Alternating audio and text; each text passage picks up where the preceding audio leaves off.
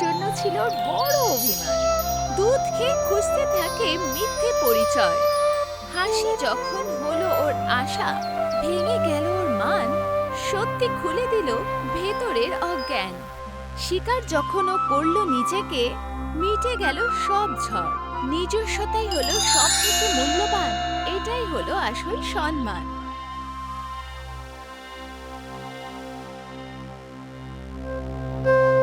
সেঠজি আরো এক সুন্দর দিনে নিজের ঘরে উঠল। ওনার দাড়ি কিন্তু গোফের জায়গাটা একটু খালি। ও নিজেকে আয়নায় দেখলো আর তৎক্ষণাৎ নিজের চেহারা দেখে উদাস হয়ে গেল। ওর গোফের খালি জায়গাকে আঙুল দিয়ে মাপলো আর কিছুক্ষণের জন্য হাসলো। কিন্তু যেই আঙুল সরিয়ে দিল, ওর ঠোঁট নিচের দিকে ঝুঁকে গেল। এই ভাবনায় চিন্তিত হয়ে ও নিজের দিন শুরু করলো। নিজের সব ফুলের গাছে জল দিল, পূজা করলো, আর তারপর নিজের ঘর থেকে বাইরে বেরিয়ে দুধ নেয়ার জন্য গৌশালার দিকে এগিয়ে গেল। সেই ও গরুদের দুধ বার করতে লাগলো, ওর কর্মচারী সেখানে চলে এলো। শেঠ বাবু কেমন আছেন? আরে এসে গেছিস তুই, চল সেঠজি নিজের চোখ ওঠালো আর নিজের কর্মচারীর পুরো ঘন গোপ দেখলো। এটা দেখতে ওর তৎক্ষণাৎ রেগে গেল। তোকে কতবার বলেছি নিজের গোপগুলো কেটে আয়, আমাদের সাথে কাজ করতে গেলে আমাদের ব্যাপারটা বুঝতে হবে। কিন্তু শেঠ বাবু কিন্তু কিচ্ছু না, এখন নিজের বাড়ি যা আর কালকে থেকে দাড়ি গোপ কেটে আসবি, আর না হলে আসবি না। ওর কর্মচারী মাথা ঝুঁকিয়ে সেখান থেকে চলে গেল। কিছুক্ষণ পর সেঠজি নিজের সাইকেলে ও সব ঘরে দুধ পৌঁছে দিচ্ছে আর মনোহরের ঘরের সামনে দাঁড়ালো। মনোহর ঘর থেকে বাইরে বেরোলো আর ওর গোপ খুবই ভালো করে রাখা আছে, ঘন আর আকর্ষক দেখাচ্ছে। আরে লক্ষণ কেমন আছো? ঠিক আছি দাদা, আপনি কেমন আছেন? ভালো আছি আমরা। যাও আমাকে 7 লিটার দুধ দিয়ে দাও। আজকে এতটা বেশি? হ্যাঁ, আসলে কি জানো, আর দুধ বেশি খেলে আমার গোফটা আরো স্ট্রং হয়ে যায়। কি বলছেন তো? সত্যি? হ্যাঁ, নিজেই খেয়ে দেখো, এসব তো দুধ খেয়েই তৈরি হয়েছে। আমি রোজ 4 লিটার দুধ খাই, তারপর গিয়ে এরকম গোফ হয়েছে। এটা কি আমার উপর কার্যকর হবে? হ্যাঁ একদম, তুমিও রোজ 4 লিটার করে দুধ খেয়ে দেখো, তাহলে তোমারও এরকম গোফ হয়ে যাবে। সেঠজি হাসলো আর সহমতিতে মাথা নাড়ালো। রাতে সেঠজি নিজের ঘরে বসে আছে। ওনার সামনে একটা পুরো গ্লাস দুধ আছে আর টেবিলে একটা জাগ রাখা আছে। ও দুধটা জলের মতন তাড়াতাড়ি খেয়ে নিল। এক এক করে ও 3 গ্লাস দুধ খেয়ে নিল।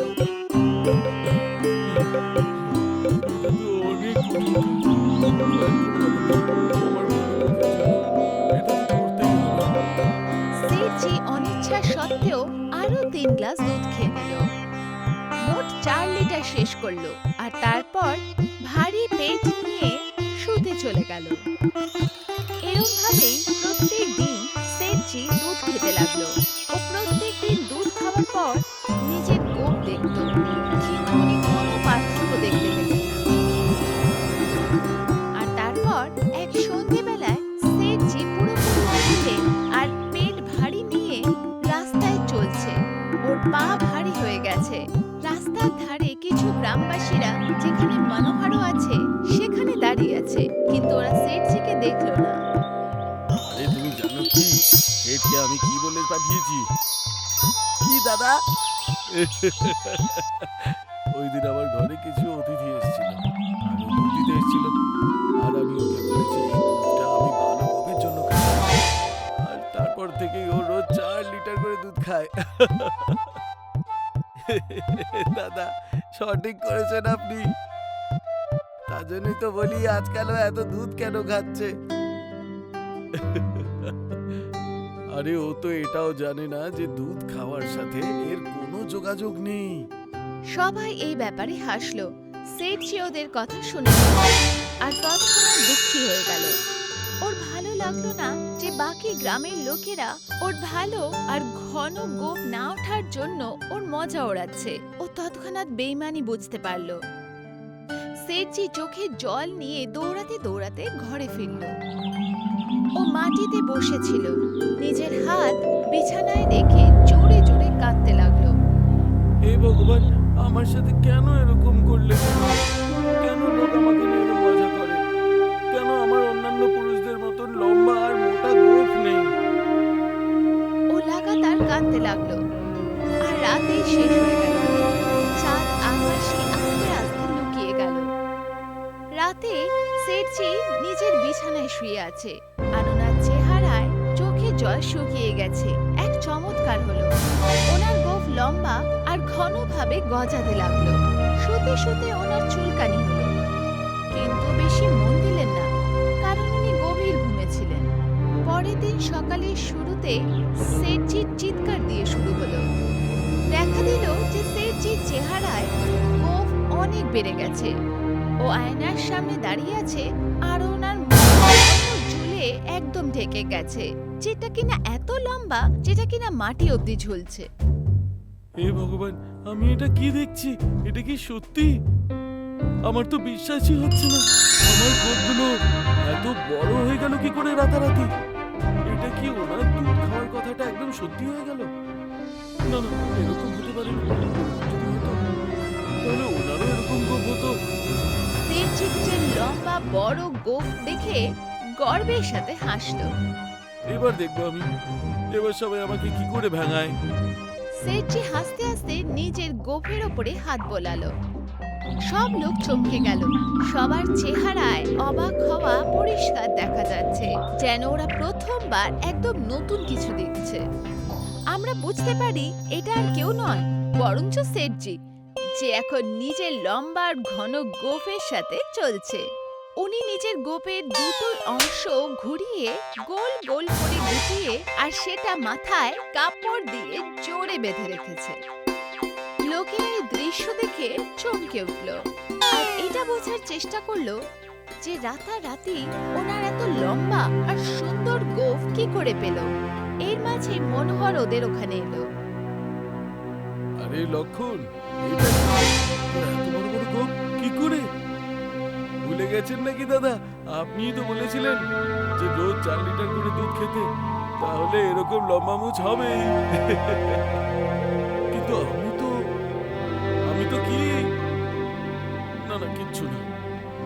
সেঠজি চেহারায় গর্বের চমক নিয়ে সেখান থেকে চলে গেল আর সবাই ওকে যেতে যেতে দেখল। পরের দিন সেঠজি বসে গরুর দুধ বার করার চেষ্টা করছে। তখনই ওনার গোঁফ দুধে ডুবতে লাগলো। এটা তো দুধ ফেটে যাওয়ার ভয় রয়েছে। এই গোঁফগুলোকে আমার কিছু করতে হবে। সেঠজি এই ব্যাপারে ভাবছিলই, তখনই এক গরু গোঁফের উপরে পা রেখে দিল। এটা দেখে তাড়াতাড়ি ওঠার চেষ্টা করলো আর তৎক্ষণাৎ পড়ে গেল। গরুর মুখে আওয়াজ করলো। হে ভগবান, এটা কি? আ, আ, আ, খুব ব্যথা হচ্ছে। গরু ওর দিকে তাকালো আর এমন মনে হচ্ছে যেন ও হাসছে। সেঠজি নিজের ঘরে সব জায়গায় কাঁচি খুঁজছিল আর নিজের গোঁফের লম্বা চুলকে ওপরে উঠিয়ে রেখেছে।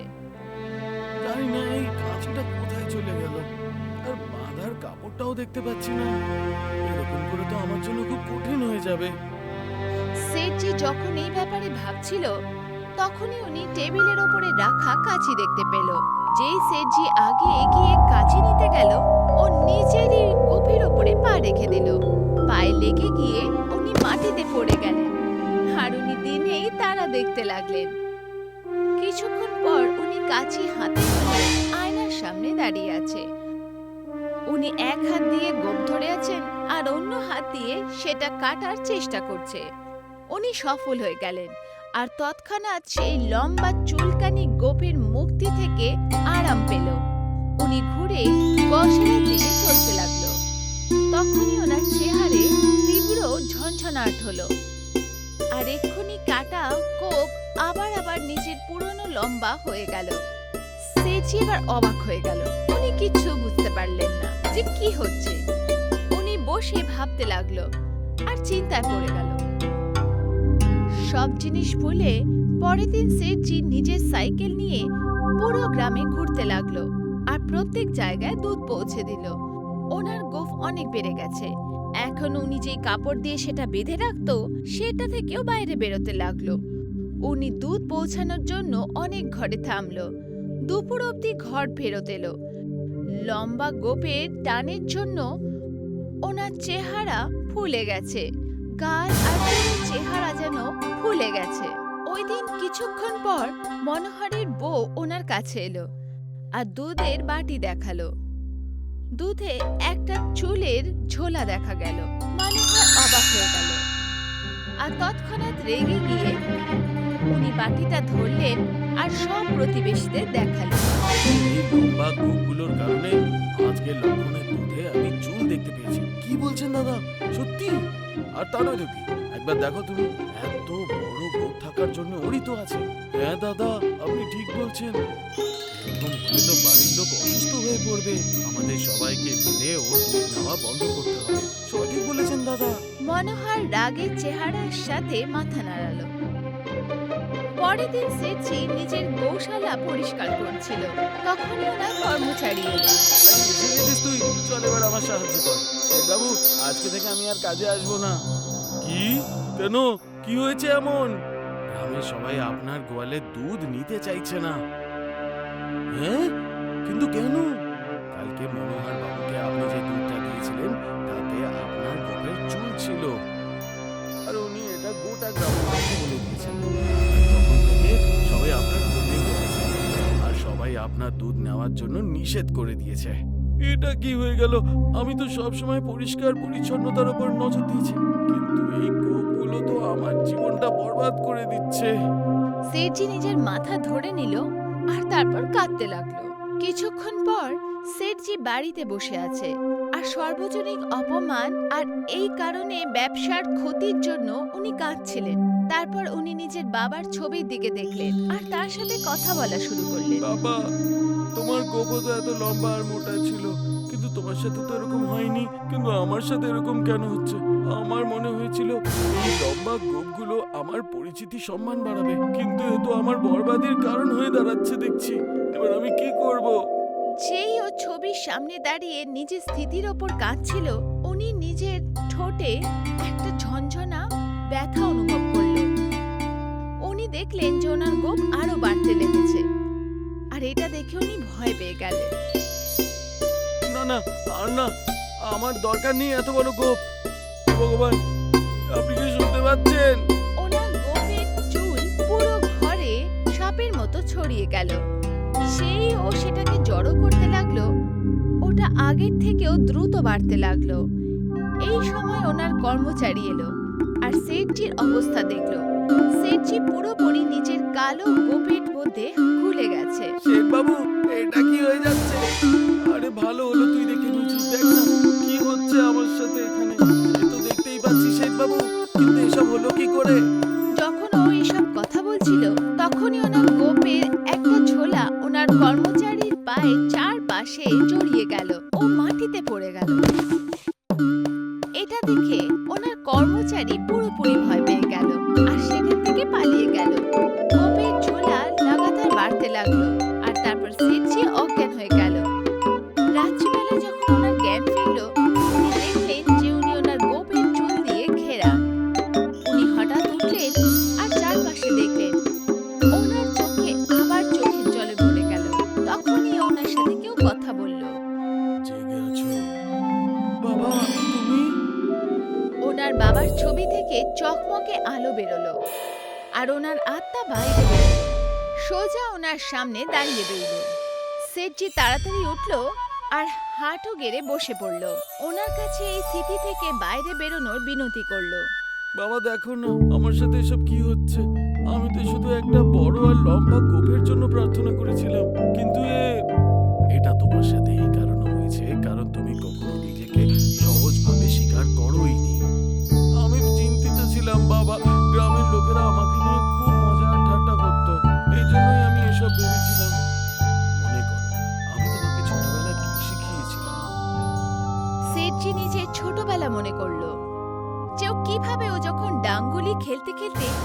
বাচ্চাদের খেলা দেখে হিংসে হতো, তখন ওনার বাবা ওনাকে কি বলেছিল? বাবা দেখো না, ওর কাছে কত ভালো বল আছে, আমারও এরকমই বল চাই। তোমার কখনো কাউকে দেখে নিরাশ হওয়ার কোনো দরকার নেই। তোমার কাছে যা আছে সেটাকে সবসময় ভালো মনে গ্রহণ করো, কেননা এটাই একটা ভালো মানুষের প্রতিফলন। শেঠজির অনুভব হলো যে উনি বাস্তবে কি ভুল করেছেন। বাবা, আমি আমার ভুল বুঝতে পেরেছি। এবার থেকে আমি কখনো কাউকে দেখে কোনোভাবে হিংসা করার চেষ্টা করব না, আর নিজেকে সঠিকভাবে গ্রহণ করব। তুমি কি সত্যি বলছো? হ্যাঁ বাবা। শেঠজির বাবা হাসল আর সহমতিতে মাথা নাড়ল। ওনার পেছন থেকে একটা জোরালো আলোর কিরণ বেরোলো আর উনি গায়েব হয়ে গেলেন। তার সাথে শেঠজির লম্বা বাড়ন্ত গোপও গায়েব হয়ে গেল। শেঠজি খুশিতে উঠল আর তারপর আবার নিজের স্বরূপ দেখে প্রসন্ন হয়ে গেল। ওনার চেহারায় এক সুখদ হাসি খেলে গেল। পরের দিন শেঠজি আবার নিজের সাইকেলে ও মনোহরের বাড়ির দরজায় দাঁড়ালো আর নক করলো। মনোহর দরজা খুলল আর শেঠজিকে সামান্য অবস্থায় দেখে চমকে উঠল। আরে লক্ষণ, আমার দ্বারা যে ভুলটা হয়েছে আমি তার জন্য ক্ষমা চাইছি। আর এখন ওই জিনিস দ্বিতীয়বার আর হবে না। আর তোমার ভাবগুলো, আমার মতন মানুষের আর গোফের কোনো দরকার নেই। আমি যেমন সেইভাবেই নিজেকে গ্রহণ করে নিয়েছি। মনোহর সেখানে দাঁড়িয়ে কিছুক্ষণ ভাবতে লাগলো। তারপর ও নিজের বউকে দুধের বাটি আনতে বলল। আরে শান্তি, শুনতে পাচ্ছ? এদিকে এসো। শেঠজির চোখ গর্বের সাথে চমকাচ্ছিল।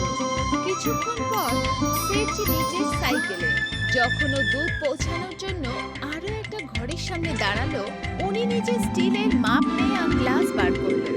উনি হালকা